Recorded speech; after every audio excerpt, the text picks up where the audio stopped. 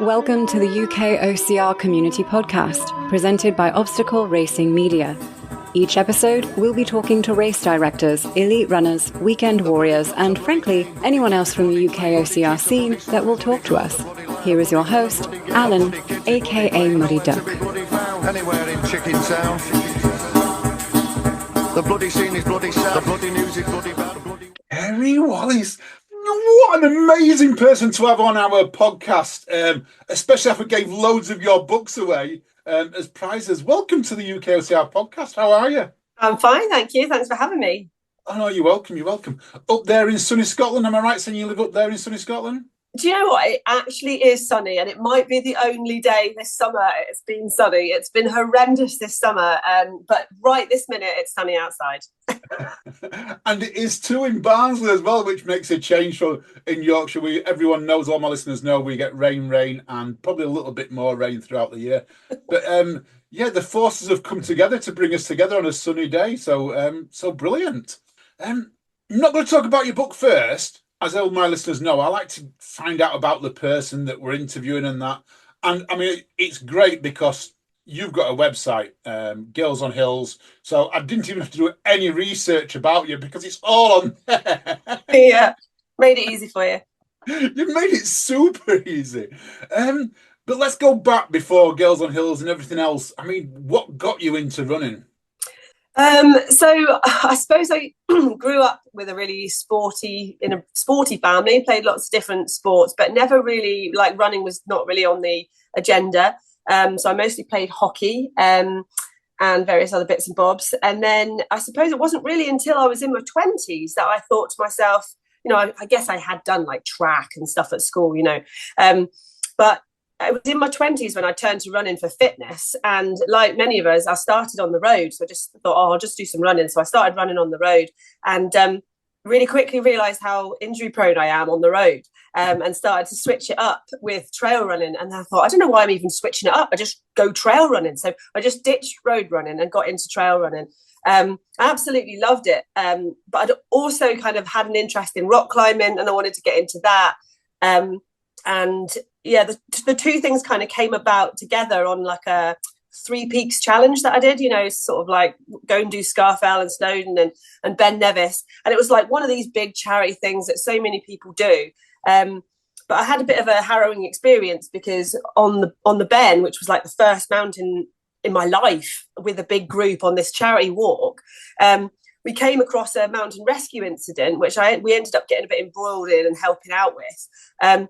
And it just made me think, do you know what? I really love this. I really love being up here in the mountains. I've never done this before. I totally got the psych for it. But at the same time, I realized like, this is pretty serious. Like, this is really serious stuff. So I just decided that I wanted, like, this is what I want to do, but I want to learn about it at the same time. Yeah. So I just literally set off on this trajectory of like learning about the mountains and taking up rock climbing. And yeah, it was running in the mountains, really, like starting to learn about fell running and about navigation. And it was like a real conscious thing, really, for me, rather than like this like trickle thing. I just sort of signed up one day to do a mountain marathon and completely bit off more than I can chew. Had a horrendous time where I just got lost and missed the bus. And it was really epic. My partner cried the whole way round. And it was pretty full on. And afterwards, she was like, that was horrendous. And I was like, that was like the best thing ever. I love it. I want to do it again. So that's kind of, a bit of a long story, but it wasn't a simple sort of gradual thing. I just sort of like had a bit of a life-changing experience, I guess, and just sort of went, I want to do that, but I want to do that in a big way. And so I just sort of set that as my goal, really. Yeah. I guess a lot of people can what's the word I'm looking for? Identify. Yes. The words lost me. Identify with that, because that's very similar to me getting into fell running. I did OCR and I did trail running, but nothing up in the hills. And all of a sudden, I entered an obstacle course race in Sheffield called Endura that took us up on the Pennines, and I was like, wow, this is a whole different type of running. This is like amazing. This is the best type of running ever, and very much similar to yourself. Then I found like, let's start self-navigating. Where can I go? And then I got involved in the fell running side and a little bit of mountain rescue stuff and things like that. And I think anyone who lives, shall we say, north of Watford, where the hills start, or maybe north of, seems to go up the hills, and we don't get that many road runners and that up here. Yeah. You've made a bit of a thing about it. I mean, a lot of us just do it for fun, but you've actually taken it to a whole new level, when it actually comes to running.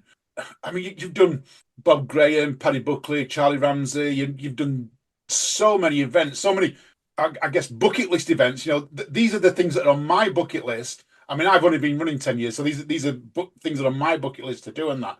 You've done so many, but you've also got a family. How do you manage to do all of these events, like, with a family? Yeah, so a lot of it, I guess I have been running for quite a long time now, and a lot of that was before I had the kids. But I should also point out, I always feel when people say, oh, you've done the Bob Graham and the Paddy Buckley, I always feel like I need to put in the caveat that when I did those, I did them as part of the UK Big Three Challenge, which is like a charity thing I did for myself, where I linked the three together over multiple days. So as opposed to doing them in 24 hours, I did them like over 11 days, driving between them as a multi-day journey thing. So I just have to flag that up because I'm not in the club. That's even more impressive. That's even more impressive. Not just like doing them back to back. That's even more impressive. So anyway, basically I did a lot of it before I had my kids, and then since I've had the kids, I've had to be a lot more focused on just picking like bucket list things to do. So a lot of people say to me, oh, you don't race much. And I'm not one of these fell runners who's out every weekend at a fell race. I pick 2 or 3 races a year.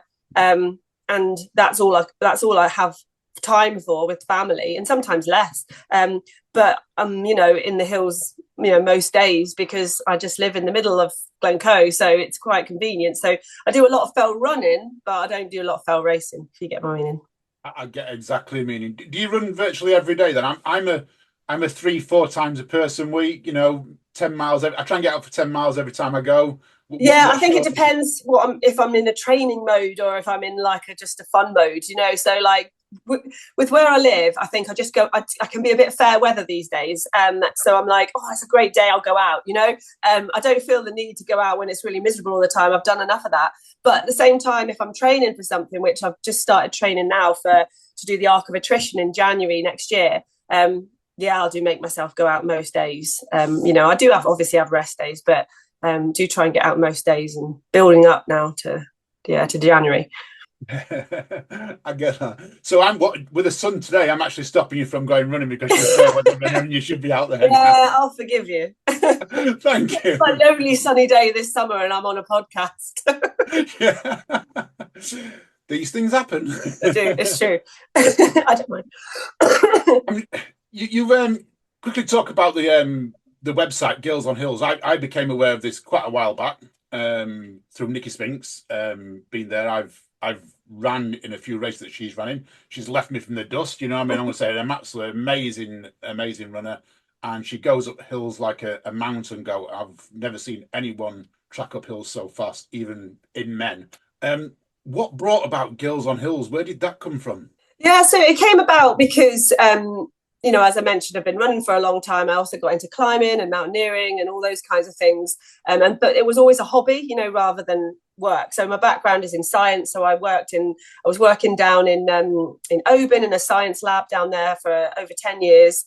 And I was just using it to fund my habit, really, going out adventuring and climbing and, running places. But after a while, my husband and I had kids. So when I had my first daughter, I was forced to leave work, obviously, with maternity leave, have my first daughter.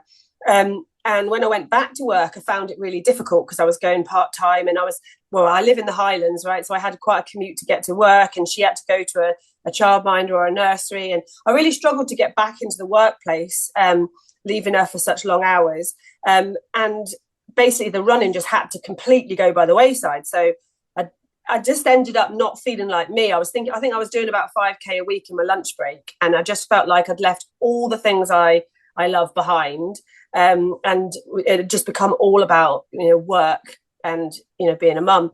And so that was kind of a bit of a depressing moment to realise that, I'd, got to find a way forward through this.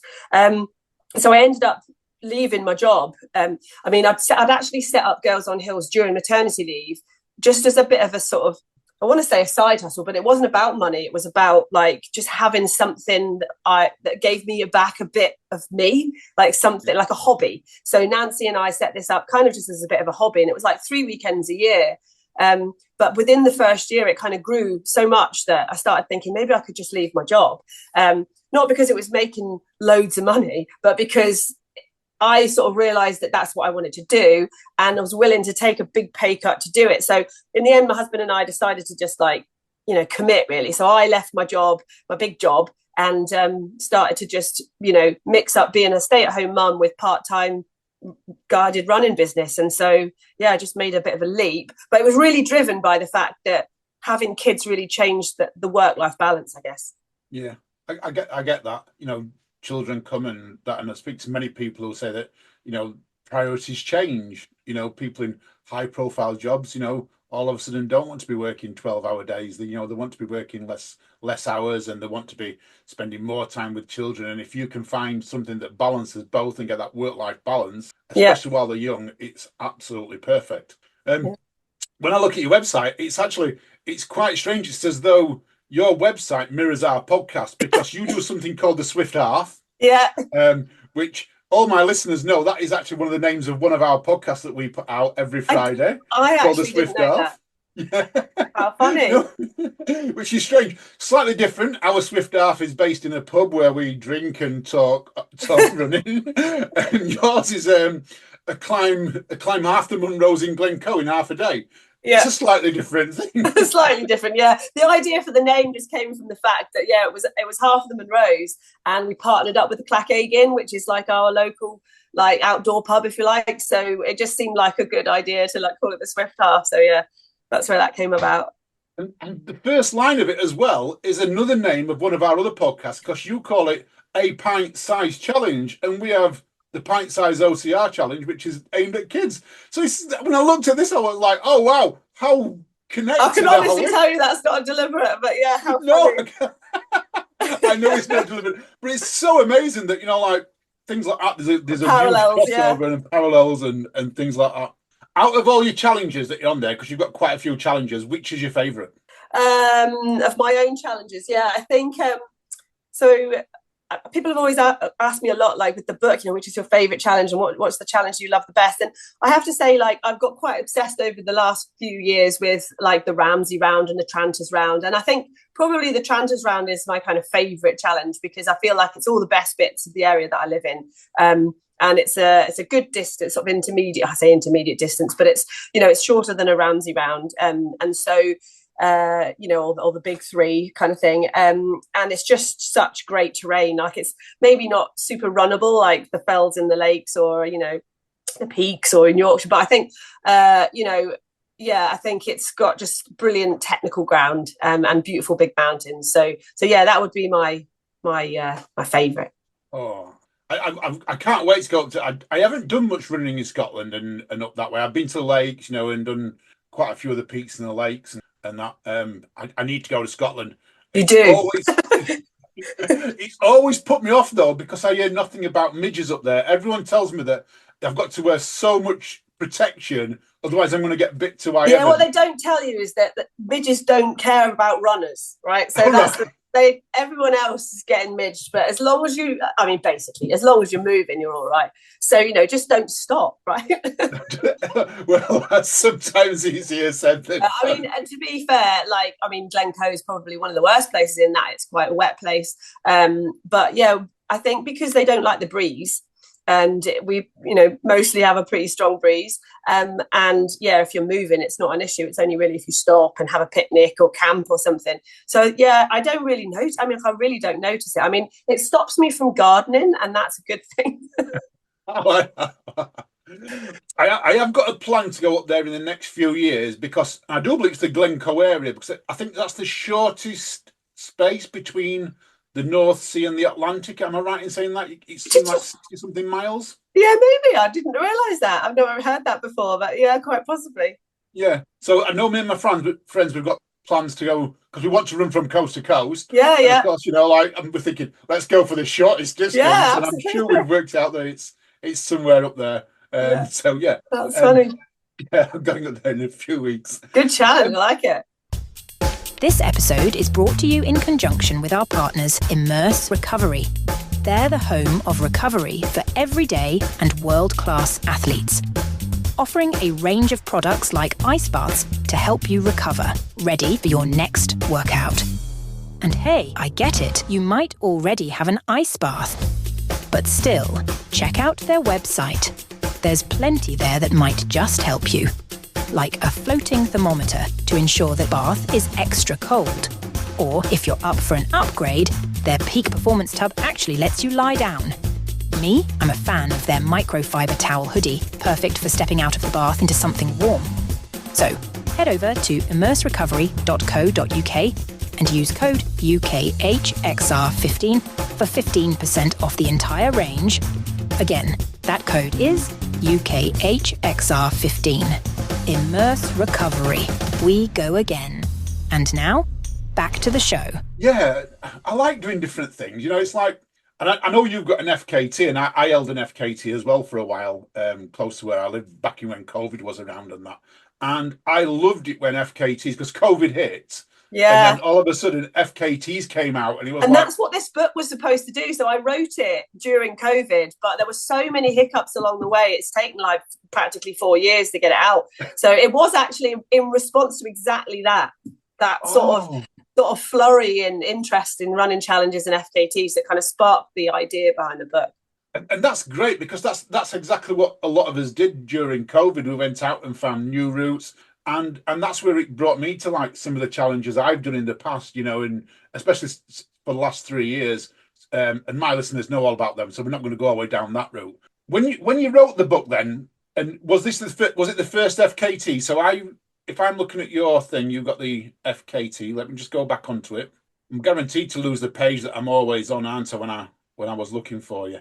Probably. I think that like the FKTs that I've done have been obviously local things, because like everyone, I think we just started out with that kind of stuff close to home. So lots of people were looking at their local challenges, which I also think is really great, because we didn't, lots of people, myself included, we didn't look to our local area as well, you know, as close in finer detail as we did around that COVID time, you know. So during that period, the things that I did is I designed my own round. So I call that an OKT, because it's like the only known time. I don't know, because, you know, you've created it for yourself. But yeah, so I set up a new round in Glencoe called the Glencoe Corbetts round, which is a super rough round that goes outside of the core of Glencoe and links 6 Corbetts via like really rough ground, but there were hills I hadn't done. They made a loop. I thought it was like a really cool idea to avoid the crowds, so that's how that kind of came about. But you know, for a long time I'd wanted to do the Glencoe round, which has got a really long history of people doing the round over the years, but there were no women at all who had put down a time, and I'm sure there are women who have done the round, but of course in the pre sort of digital era there wasn't sort of, you know, things weren't as widely known and recorded the ways that they are today. So I felt that, like, I genuinely feel there's a lot of women who think, oh, I'd like to have a crack at that, but I don't want to be a complete plonker and be really rubbish, or I don't want to say I've done the first round when actually I haven't and loads of other people have done it. So I just thought, you know what, you've got to stick your neck out a little bit, because if nobody does it first, no one will ever do it on that basis, you know. So I thought we just need a line in the sand. It doesn't need to be great. So I did that with a few local challenges, and that was the thing with the FKTs, is that it sort of was an invitation for others to come and do it. So like with the round of the Mamours, you know, again, it hadn't been done. There was a bit of history there for men doing it over the years, but there wasn't a women's time. And I did put a time down, and it was pretty lame because I actually had an ankle injury at the time, so it wasn't brilliant. And within days, like, people were coming up and doing it. And within weeks, there were big names doing the traverse. And I think now it's held by Holly Page.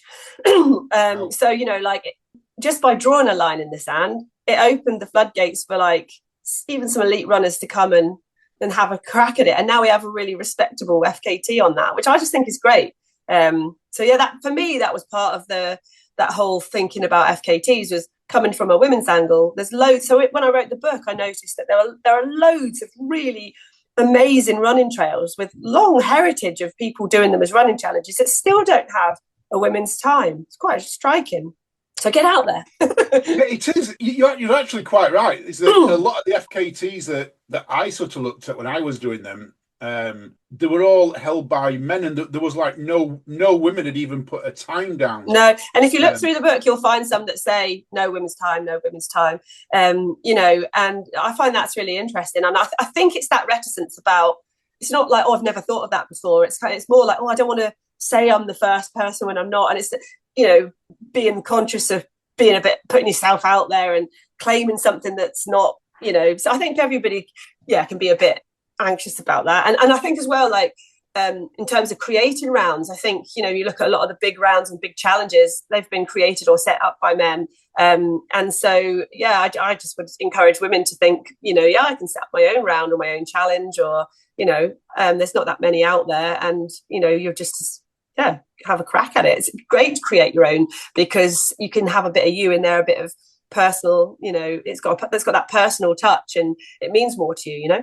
100%. I did a little bit of geocaching as well. I don't know if you've done geocaching. Yeah. Purely just to, and they do like rounds as well. So they'll do tracks. So someone will set down a route of maybe 10 geocaches, and I found that quite inspirational during COVID, when you couldn't go out running, that you could like literally go out and find these geocaches and create a run, which, you know, was probably no one had ran it. They walked it or cycled it. Yeah, exactly. Yeah, and in fact, we had a thing within Girls on Hills. Some of the guides who live locally, they were going out and like just leaving a little something, or even just making a list of grid references that they visited, like really obscure things they found on their run, and then handing it over to another one, and a person going out with these grid references to find these obscure things in the mountains, like just according to wherever someone, and you had to take a photo of yourself at each grid reference. It was just something to do, like, you know, like, a bit like a mini orienteering type thing. Just go and find these places that your pals sent you to, like awkward, difficult spots to get to, and obscure things in the hills. And just a bit of interest during COVID, you know. Yeah, it does, and that is what we all did. And like I said, that's where this book came from. You know, you start using COVID and that. How did you start putting the runs together? I'm going to assume that it was somewhere around Glencoe to start with, and then you went further afield. Did people send you runs that they'd done? No, I did start with Scotland because they were the easiest ones to write. A lot of the ones around here, so initially we started by writing route descriptions. And so I was like, right, I'll do the ones I know. And the ones around here, I can just do from memory because I've done them so many times. So that was a really easy place for me to start. So I started doing that. And then after I'd done that, I put in a bunch that I'd done. I didn't know so well. I'd maybe only done once or twice, but they were just really amazing in Scotland. And I kind of extended it to a few things that I'd really love to do, bigger things I haven't done. And so once I'd completed the Scottish bit, I thought, right, I'll go on to England and Wales. And again, I started with ones I've done and I know and enjoy it. And then I went on to ones that are either like classic rounds or routes. I went on to things that people had recommended to me, like friends or other athletes, and thought, I'd really like to do that stuff that's kind of on my radar that I've kind of love to do one day. Some big races in there, or not big races, but like iconic races that I think that people will just, you know, are like, I'd like to do that once in my life kind of races, you know. And then I tried to find as well some like obscure things. So there are a few little obscure things that I knew of, but speaking to like local runners and like mountain leaders and people, race directors and stuff like that, to find out a few more obscure ones. Loads of online research as well, and advice from friends. So not really so much sending stuff in, although I did, you know, ask, like, as I say, local people, local runners and friends. I guess there's a lot of contacts through the years across the UK running community, advice, and just kind of putting it all together. And of course, if you write a book that's like 100 best runs in the UK, you know, how on earth do you pick 100 runs? So I think it should be titled Keri's favourite runs in the, you know, because it's obviously based on my preferences. So for example, I put in a bunch of national trails, but I didn't want to say like, oh, you know, for example, with the Pennine Way, I was like, I'm not going to put the Pennine Way in because that's pretty hard for most people to do. So with the long ones, I just chose the favourite bit or a section that I thought would be the one to highlight. And for me, that would always be like the highest or most remote or most difficult section, because that, to me, that's the best challenge. So you'll often find that the bits that I put in are not not necessarily the easiest bits, and also definitely not the logistically easiest bits. Like, I've tried to not worry about how logistically straightforward these challenges are, so I just really think that's part of it. So I love to go and get like a bus to somewhere, a train to somewhere, or drop a bike there and get picked up at the end, all that stuff. That's all part of it to me. That's all part of setting it up and doing the logistics and planning it and investing in it. So you'll notice that they're not like all nice linear, like nice circular routes with easy parking. I've seen that, because living where I live, I've done several of the ones you saw. The Edale Skyline, I've done the Edale Skyline. I've done that more times than I've got. I'm sure you have. Toes. Yeah. And I didn't even think of it that people knew about it outside, where we are. I just thought it was just something that me and a few friends did, you know what I mean? And then I realised that, hang on a minute, gosh, this is actually made it in a book. This is this is quite cool. And then there was another one that I've done, which you called it 9 Edges, which goes through Backtor and Standage Edge and things like that, which is, again, it's something that I've done. But you've done a linear route there, where I've always done loops, and I'm like I was quite interested. You probably answered my question there. How did you do that without having to drop a car off one place and drop others off? You do have to. I mean, I actually have to. I haven't done all of these routes myself, and I haven't actually done that one in that way. But I've done some of the edges, and I fell in love with the edges through rock climbing, and that's how I was mostly visiting that area. And so speaking to people who live there and finding out about the challenge route for mountain rescue, and thinking, actually that looks really cool. And I just really liked the idea that it was like, the linear one's more of a tick list than an aesthetic loop, if you see what I mean. So you're trying to tick off the edges. And I just thought that was really cool, because, they're quite, obviously really striking sort of geological features. And I thought, that's really cool to link all those up. So that, for me, that was like, ticks my boxes. So made it in.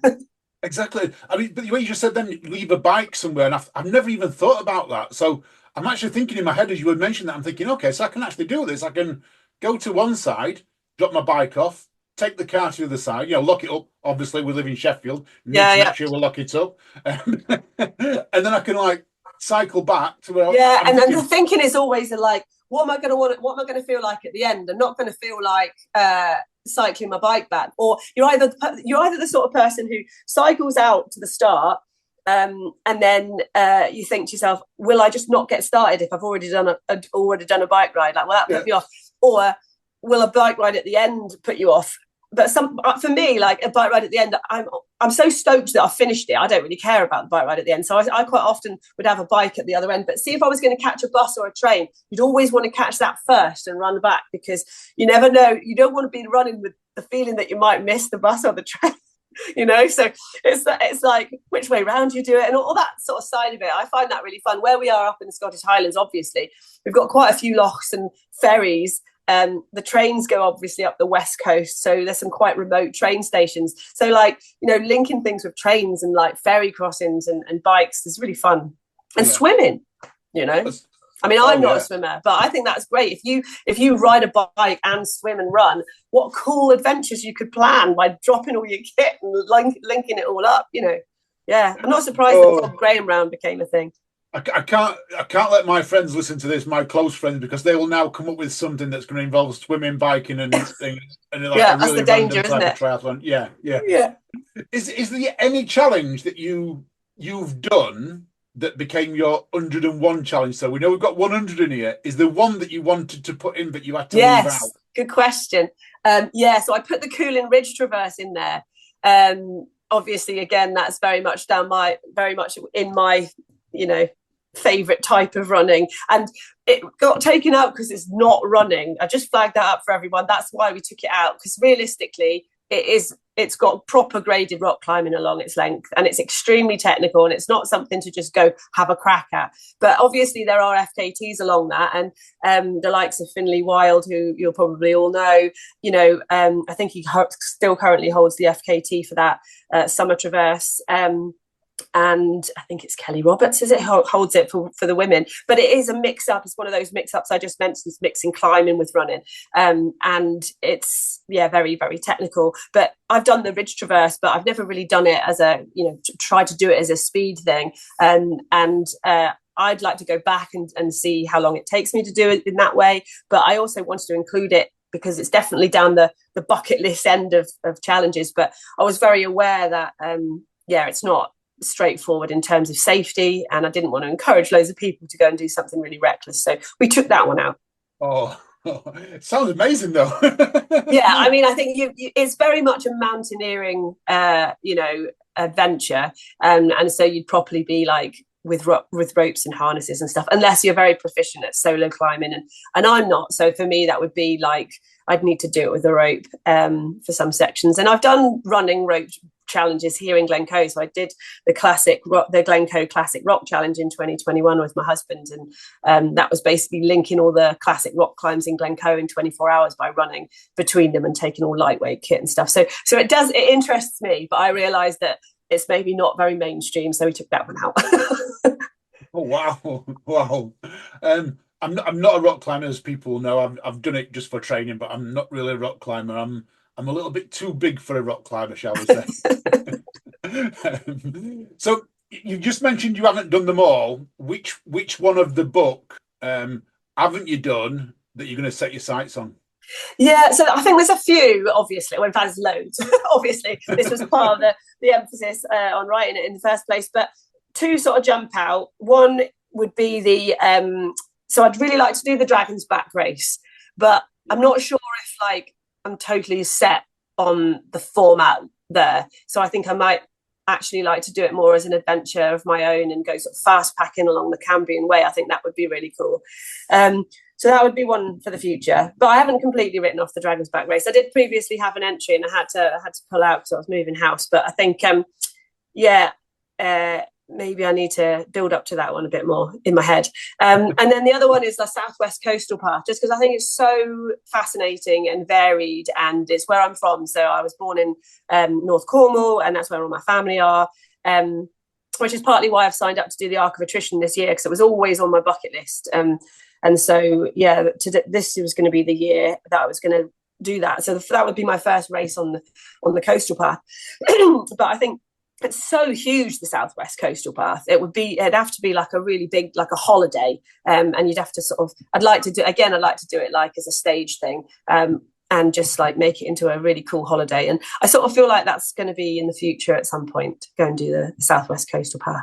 Yeah, the Arc of Attrition, Linda Johnson, who's one of my listeners, she does that I think she's done it for the last 5 or 6 times it's been awesome. Run. She's down there all the time. Well, it must be good if she's done it that many times, so hopefully I'll love it. Yeah, she's a real ultra runner. We are talking like someone who regularly runs over 100-mile events, so she's a serious ultra runner and does things like. And I'm not like somebody who's done lots of 100-milers. Like for me, last year was my first 100-miler, so this is a big change for me. But I quite like to sort of try different, so it's got no mountains in it, and it'll have loads of runnable bits, which is not really my forte. But lots of ascent, but in a completely different style. So I mean, my ambition is very much just to get around it, really get to the end if I can. I think that's everyone's ambition from there. I know Linda's hasn't made it a few times. She's DNF'd a few times, and she says it's the short hills that take so much out of you. Short and steep. You're going down or up. You very rarely are you actually running flat. You're always going. That's right. I mean, I don't train on the Southwest Coastal Path, obviously living in Glencoe, but having grown up there, I'm pretty familiar with the terrain around that part of the world, and so I sort of know what I've let myself in for. Whether I can get ready for it up here, I'm sure I'll have to start finding lots of little hills to go up and down instead. Out of them all, then, so which is your favourite? I'm going to assume it's one close to you. Which is your favourite? I think I'd go with the Tranters round, because it became a real a bit of an obsession of mine in the last few years, because the story is basically that I'd long wanted to do a Ramsey round, but it's kind of like I'm probably unlikely to go under 24 hours, or I'd be pretty close to the line on it, and so I thought I'll start with the Tranters round. But I do a lot of winter running, because obviously we have a pretty long winter season where we are up here. So you have to kind of get used to running in the snow. Otherwise, you just can't go up the hills for a big chunk of the year. So, and I have done a lot of winter climbing and winter mountaineering. So for me, that kind of fitted pretty well. So I got really into winter running, and I love it. So I started to get the idea of doing a winter Tranters round, which had only been done once before by a woman. So I decided to have a crack at that. And I had a crack at it in, I can't even remember what year it was, like 18 or 19, something like that. And the first try, I got quite a long way. I got like 2/3 of the way round.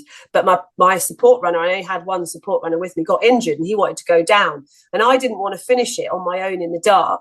And I just sort of blithely went, yeah, don't worry about it. We'll just go down. I'll come back and do it another time. And it's right on my doorstep. How hard can it be? Turns out really hard, right? Because you've got to get all these things lined up. You've got to get the weather. You've got to get the right kind of snow conditions. You've got to get the winter running season. You've got to get childcare. You've got to get health, and you've got to get fitness. And you've got to get supporters to help you. And that's a lot of things to line up. I mean, even just lining up Scottish winter conditions is hard enough. So basically that became suddenly massively elusive, and it took like 5 years to get it done. Or 5 tries, not 5 years, but 5 tries to get it done. So by the time I actually did it, and that's where I set the FKT last year in February, or new FKT, I was completely obsessed with it and completely hated it. Like, I never wanted to get on the Tranters round ever again. But now, a bit of water under the bridge, I can say it is honestly a fantastic route. And I've done it in summer and winter, and I've those are my like local hills that I run around a lot. And I definitely recommend, if you're coming up to Scotland and you want to try something really iconic, get on the Tranters round. Sounds brilliant. In the book, I did notice that we talk a little bit about safety. So I'm going to, what is your top safety tip for out there? There's a lot about safety. We all talk about safety. I have what I will call my minimum and my maximum safety. So people know this. My minimum safety is take water and food that's going to last you at least 24 hours. My maximum safety is you need waterproofs and hat and everything else. What's one thing that you would say to people if they're going up on the hills? Because we are talking going up the hills. I've been involved in mountain rescue, where we've had helicopters brought in and broken legs and things like that. What would you say to people who are out there? I think particularly, so this is kind of coming from where I live, where we can have pretty terrible weather. It's quite wet.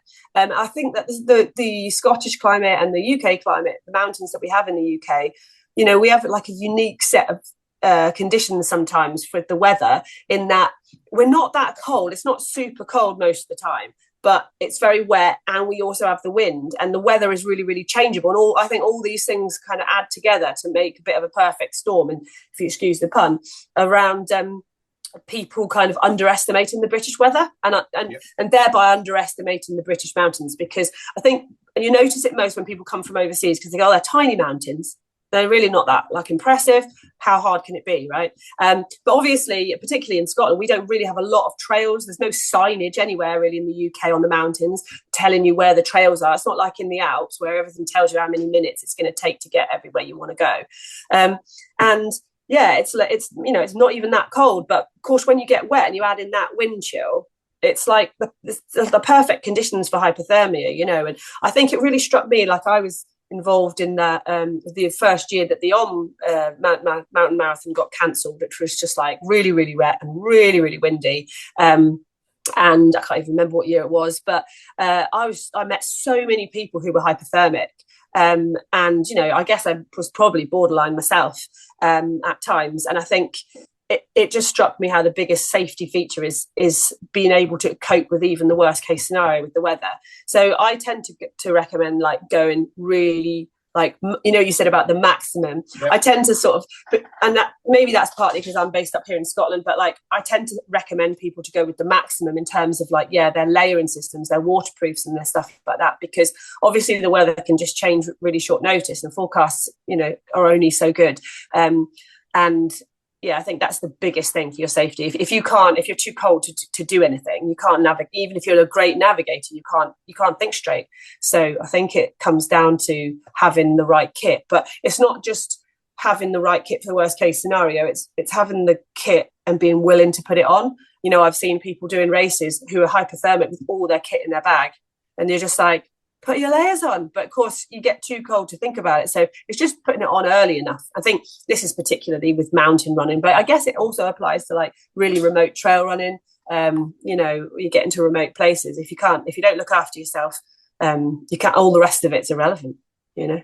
Completely agree. When I was talking my minimum maximum, just to clarify that for our listeners, in summer I will run very much. Oh yeah, no, absolutely. But as you've just mentioned there, the moment it looks any type of different type of weather, even if it's just a chill. In my backpack, there is going to be a jacket. There is going to be trousers. I didn't mean. I guess I was trying to think, like, out of all the things, like, what's the big, like, is it navigation? Is it layering? Is it, you know, shoes? Is it, you know, your phone and your GPS? I was thinking, what is the biggest thing? I guess for me it is like that layering. It's, you know, having the layering. But like, obviously, like, if the weather's good and the forecast is good and it's like a massive high pressure, you're not going to run around with hat and gloves on, you know. But I think that, like, particularly for people who are new to the hills or come into the UK mountains or come in to do some of these running challenges from outside of the UK, it can be a real surprise for people, can't it? You know, like, we're in hat and gloves in June, you know, like it's sometimes, you know, and like it was like really snowing in like May this year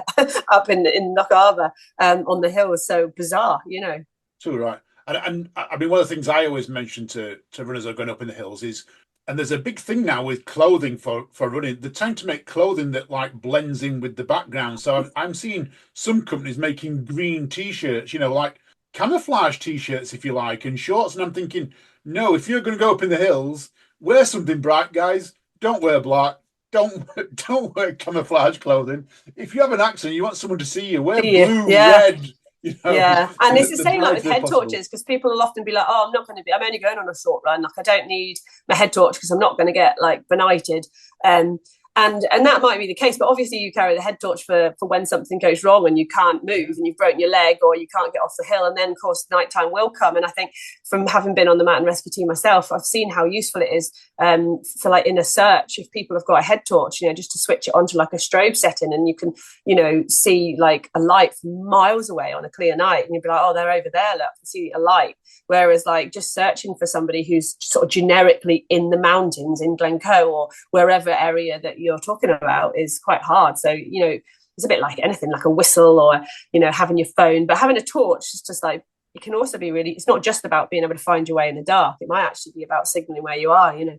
I was given a tip by the mountain rescue where we are, and I take it everywhere I go now, but I bought a bicycle backlight, you know, the light on the bicycle, and they just wrap around your seat post. And I've that purposely attached to my rucksack at all times now because it is super bright. And you switch it on, it strobes or it comes up what a good idea. So I've always carried one of them now since I've ever got given that tip. So no, it's good advice. It was just something for me rather than carry head torch everywhere I went. Just being able to signal where you are, and totally. What's next for Keri Wallce now? We've got a new book on the horizon. Have we got? We know we talked about the arc nutrition and that, but what's next for you? So I think so this year I haven't done, so last year I raced quite a bit, and then this year I've had a bit of a fallow year, if you like. I've tried to sort of have a bit of time off, and then obviously with the book coming out and everything, but I'm one of those people who always needs to have something in the pipeline, even if it's just one thing. So I entered the arc nutrition for that reason, and beyond that I don't know really. I'm just going to carry on with you know, trying to do more with Girls on Hills, and I think I'm going to have to keep revisiting that Ramsey round until I can one day make that happen. But I think when you've got kids, and you know, like my husband works abroad a lot of the year, so I do spend quite a bit of time solo parenting, and that is obviously pretty restrictive in terms of my time, but also they're growing up all the time, so the things that I can do changes, and so this summer we've just been away for a month in the Alps, and we actually got the girls along a section of the Trophy Akima Sky Race route, scrambling on a rope and staying in huts, and it, you know, like, so suddenly the things that I can do with the kids have changed, and you know, the amount of availability of time or the freedom, the independence that I have around the kids is changing all the time as they get older. And so I don't know, it's a journey that I've obviously never been on, and so I don't know what the next phase will look like, but I'm finding out as I go. Sounds amazing. Where's the best place to get the books from? I've got to admit, I bought mine from Amazon. Is that the best place, or is there anyone else? You can get them on Amazon, but I guess the best place to get them just now would be to go through Vertebrate, and support the publisher. So you can get them directly from their website. And if you go to Girls on Hills website, there's a link there that takes you as well through to the vertebrate page. But yeah, you also see them in most kind of like outdoor bookshops and things like that as well. So yeah, a few places. It's a great book. I've got to admit, it's really well put together. I love the fact that you've got some amazing photos in there. I'm very much a photo person, and yeah, I know it's funny because we use obviously a lot of professional photographers have got their pictures in there, but there's a whole bunch of them as well that are just from Girls on Hills that we've taken out on courses and stuff. And for me, that's been a really nice part of it as well. Actually, is just to see those photographs in the book. Perfect. And if any of our listeners want to check it out, so Girls on Hills, it is at girlsonhills.com. Nice and easy website. Yeah. And it's a great website if any females out there want to get involved in that. Yeah, so our courses are for women, but we do also guide the fellas. It's not like an anti-men group or anything like that. So the groups are just women's only groups to try and create like a supportive environment to encourage more women into running. But in terms of like bespoke guiding and guided recce's and things like that's obviously open to all genders and everyone's welcome. So it's Oh, fantastic. I love the fact that you do events for women though, and for that safety element of it. It's a safe environment for women. So I commend you on that. Yeah, thank you. I think it's made, a lot of women have, found that to be, a nice place, a nice way to get started. And it's meant to be a stepping stone to getting people out, building confidence and becoming part of a community, and then stepping out into the hills. Perfect. Thank you.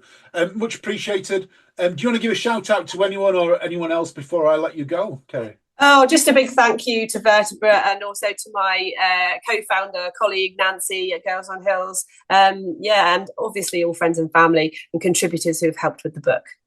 There you go, everyone. Keri Wallce, pleasure to talk to her. Now, if you want to get the book, like we say, go on Amazon or go on girlsonhills.com. There's a link on there. You should really get it. It's absolute bargain. I think I paid less than £15 for them, which is a bargain. And it's great. So thank you for listening. You take care. You stay safe. You keep on running. Speak to you all soon. Bye. I don't know what you want. Let's have a